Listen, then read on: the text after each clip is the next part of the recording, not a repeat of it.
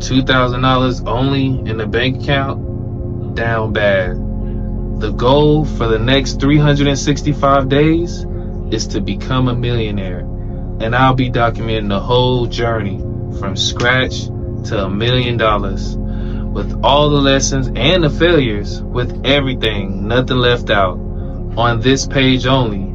Follow, get inspired, man, and let's see what the fuck happens. Saving your checks and like purchase pinching to buy a designer bag or some sneakers or something that doesn't bring you no sorts of value to fucking look rich and you really broke is like the delusion that most people have. And it's crazy to see that most people really live this way.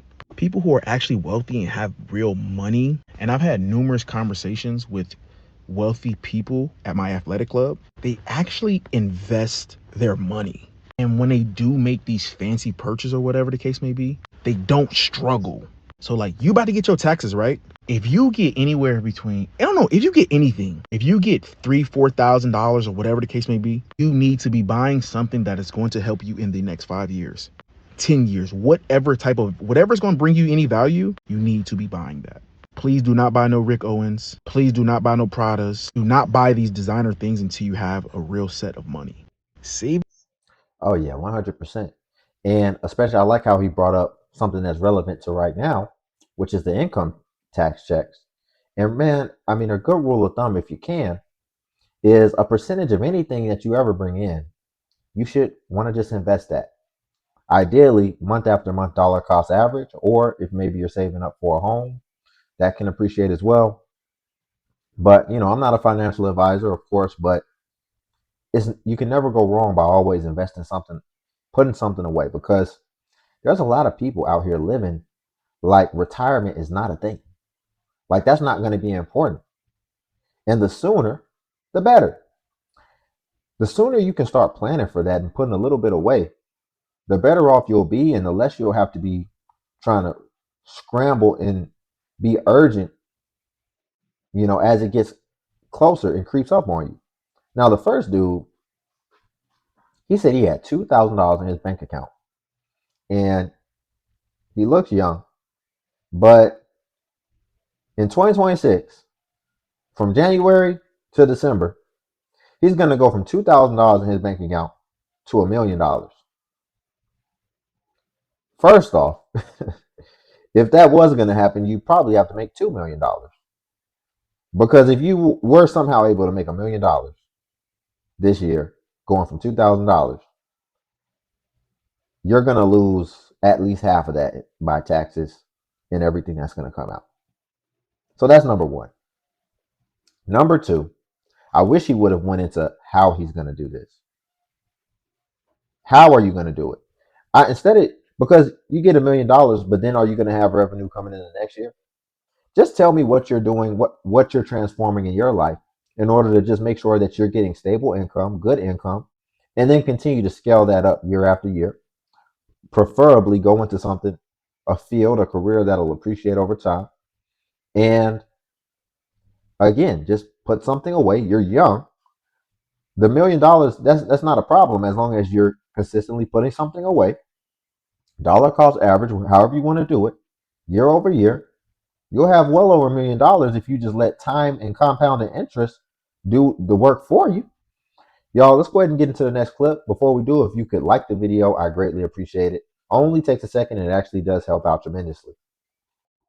But I have been financially not doing great. I am a nurse. Even though I am a nurse and I make good money, I don't have money, which is the sad part because of the choices that I've made still currently and the choices that I've made like previously, like from a couple of years. I am in credit card debt, and it's this unhealthy cycle that I have been putting myself into, and this just relationship with money has just never been something that I was talked about. Lifestyle creep is definitely a thing, and especially when you are trying to make a brand for yourself, when you're aspiring to do something that you want to do, and content creation has been something that I've always wanted to do. Being a YouTuber has always been something I want to do. I've always just wanted to be on camera. I've always just wanted to make a name for myself, whether it be like through content creation, being a YouTuber, being an entrepreneur, like whatever it may be. I always felt like I was meant to do something other than nursing. And Let's just address this for a second, because she mentioned that, you know, being in control of her finances was something that she was never talked to about. Nobody ever talked to me about that either. Nobody ever sat me down, showed me how to budget, none of that type of stuff. It's kind of common sense. You were taught how to do math, and you know how to do addition and subtraction. You know that if you can't pay your bills, certain consequences can come down. So ideally, when everything clears at the end of the month, you want to be in the green and not the red.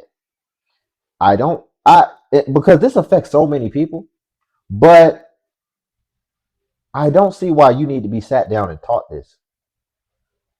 What it ultimately comes down to is you want what you want and you want it now. And you're not willing to delay the gratification. And there's people who desire things so bad that they'll spend money that they don't have, that they know they'll have to pay exorbitant interest on.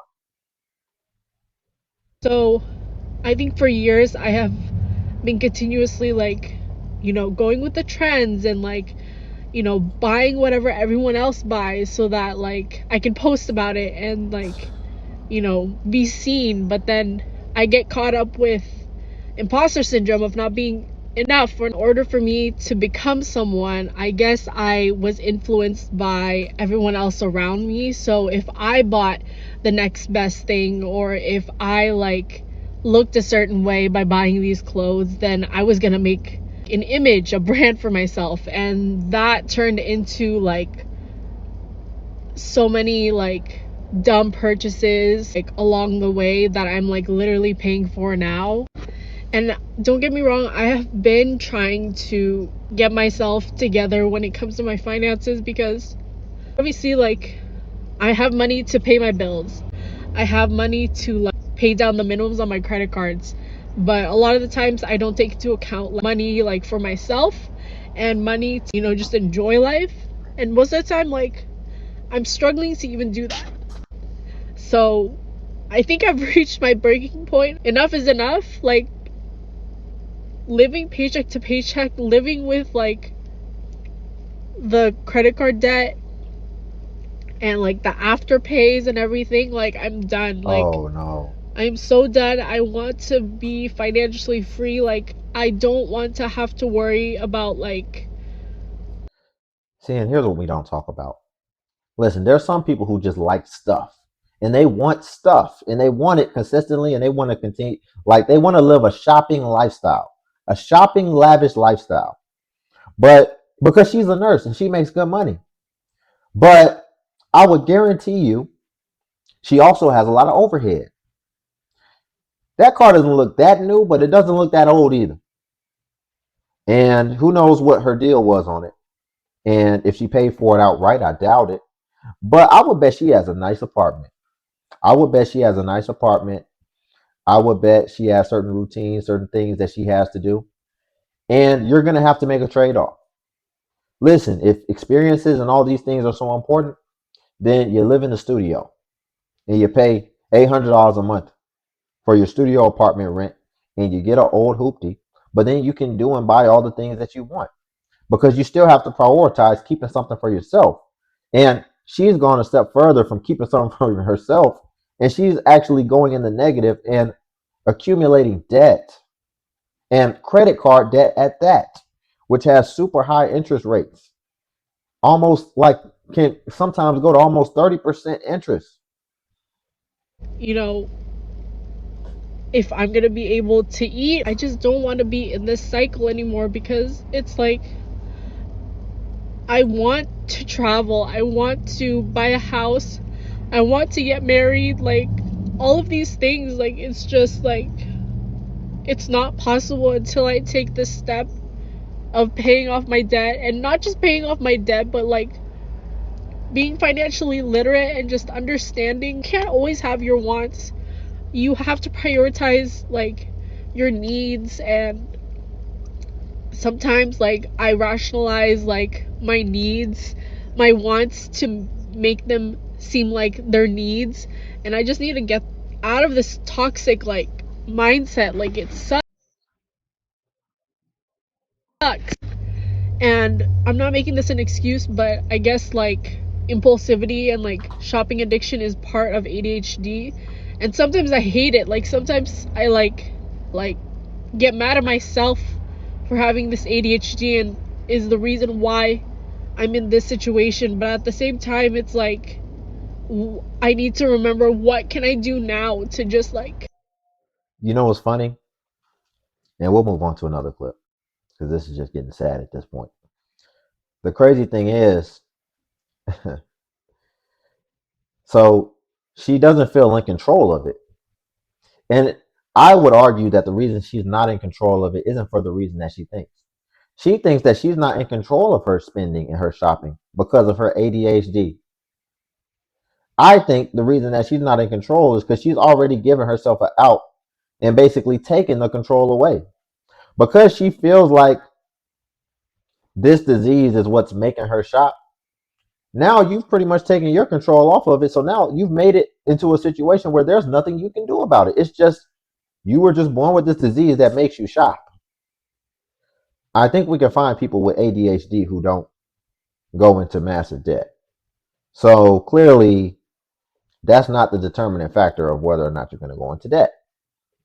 Now, I zoomed off because I forgot that TikTok mutes when you go away. But again, this financial literacy word, financial literacy. From my understanding, I want to just make sure literacy is like whether or not you can. Right. I looked it up. Literacy is the ability to read, write, speak, listen, and use information effectively to navigate the world. So basically, literate. If you say I don't have literacy, it's like you can't read. So if you say you weren't given financial literacy, I take it that you're basically saying that you can't add. But we know that you can. So this is why I never understood where this financial literacy came from. Y'all can absolutely do math, and you know that the math ain't mathing. So I think we're diverting from the real problem, and in most cases, the real problem is lack of self-control and just lack of being able to quell the desire of what you ultimately want, but don't necessarily want to delay gratification for it.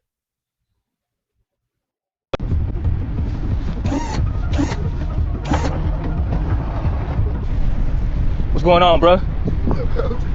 Your car on the repo list? She's been on there for a minute, bro. We gotta push it there, bro. I gotta take it, homie.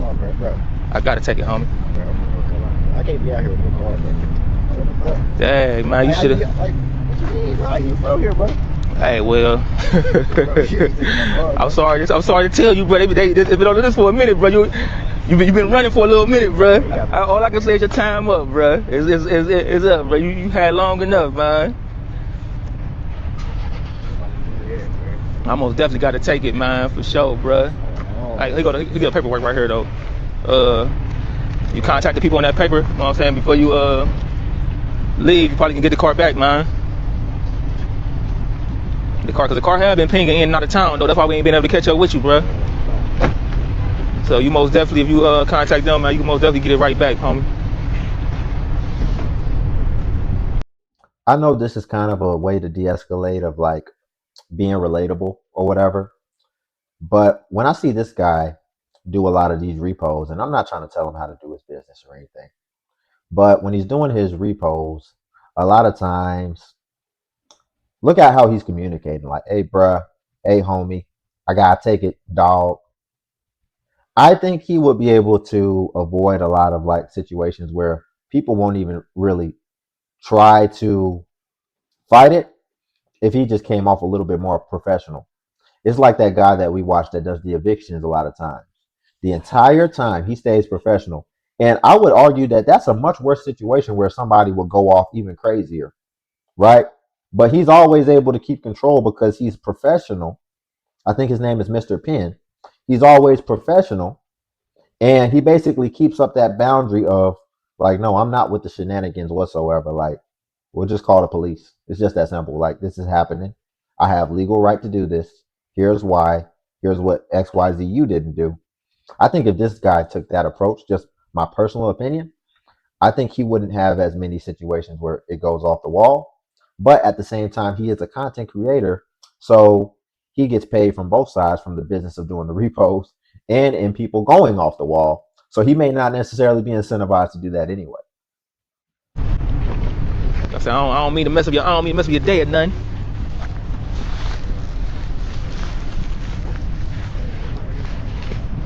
Hey man, hey, this is my job, bro. This is my job.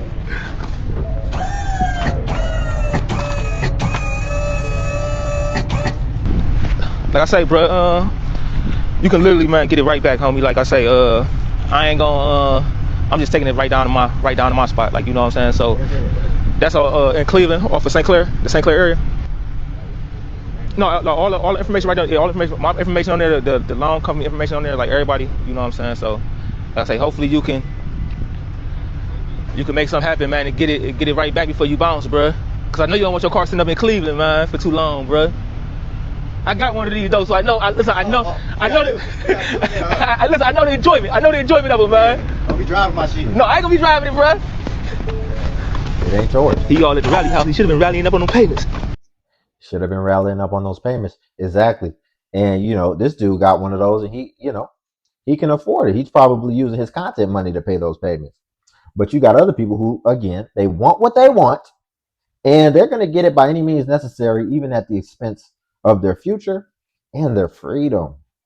Whew, that's crazy. Okay, let's talk about how I let them people come repossess my car. And before y'all come on comments, oh, you had the money to pay you. No, that's not what the problem was. Them people played in my face for the past. I'll just put it like this. I bought my car in 2017, right? New car. My dumb self was not paying attention when I signed those pieces of paper. I bought it from a legit car dealership. It wasn't no buy here, pay here, nothing like that. So I wasn't paying attention to the fine print. Friday, I forgot what date Friday was, right? Monday was a holiday. So I told them Friday, take the payment out of my account Monday, not thinking Monday is a holiday. So my car note is roughly due around like the 15th of every month. I forget what today is. I'm not paying attention. My anniversary is on the 15th, my birthday on the 16th. I'm still not paying attention. Monday comes, no payment is taken out of my account. So I'm like, okay, maybe it's because, the holiday. And I'm like, it ain't that past due that far, whatever. Mind you, my car note is not an outrageous amount. It's under $400. So don't be trying to say, oh, you didn't have money. No, that's not what it was. Yesterday came. We had a car accident. It wasn't nothing too bad. Nothing like that. Called the insurance. He's like, okay, we're going to, take care of everything, blah, blah, blah. We're going to fix everything's cool. I should have known yesterday that was a sign. My husband been telling me, Shelby, let go of this car because you've been holding on it too long. We're still paying on it. It's got so many issues going on. We had to pay almost $900 for a starter. That should have been strike one right there. But I digress. I'm like, whatever. Cool. Called him today. I said, hey, y'all done take this payment out of my account. What's going on? Well, we didn't get the payment, so we're gonna send a truck out there to come get the car if you don't give us. Oh, now you wanna be smart. So I said, how much have I paid y'all for this car so far? Y'all, when they told me how much I done paid these people, you got the audacity to get smart with me, because I'm how many days? What, a week? Oh, wow. A week? Tell me why I paid them people roughly almost $40,000. You hear me? So then they turn around and say, oh, it's in the truck. Okay, that's fine with me. That is perfectly fine with me, sweetheart. I will give you the address. Because what you're not finna do is bully me. You're not finna bully me, and I've been paying my car note every single month. Are you serious? But kind of find out, I guess I just was only paying on the interest, whatever, this, that, and the third. That's my fault for not reading the fine print. Then on top of that, they say, oh, if we come take the car, we want you to give us $2,600 to get it back. I said, excuse me? So this thing came full circle. She thought she was saying something when she mentioned that her payments. Oh, keep in mind, my payments aren't much. They're only $400. I was about to give her props. I'm like, okay, well, she didn't get nothing too crazy. But I forgot about the fact that now dealerships are letting you stretch your payments out like a mortgage. She probably put her car on a 30-year car mortgage.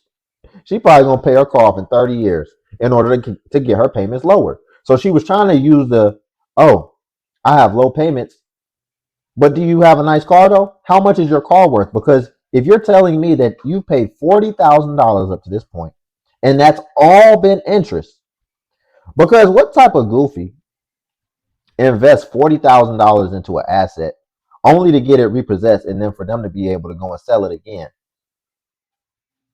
And you're just out $40,000. But she's saying that that's all interest. So how much is your car? What type of car do you have? And you're going to get it on your record. And you're still, do you know, like when you get it repossessed, I think you still owe that money too. They can still come for that money, if I'm not mistaken. Wow. We're going to leave it there for today. If you could like the video, I greatly appreciate it. Only takes a second. Actually does help out tremendously. Also, if you could hype the video. Hype is a new feature that YouTube offers where it helps smaller content creators like myself. And basically, when you hype, it actually pushes us to the extent that it pushes the larger content creators. So you just press the hype button and then it shows you the points. And since I am a smaller content creator, we actually get more points. And then Patreon's link below if you want to see self-improvement content. But until then, I'll catch you in the next video.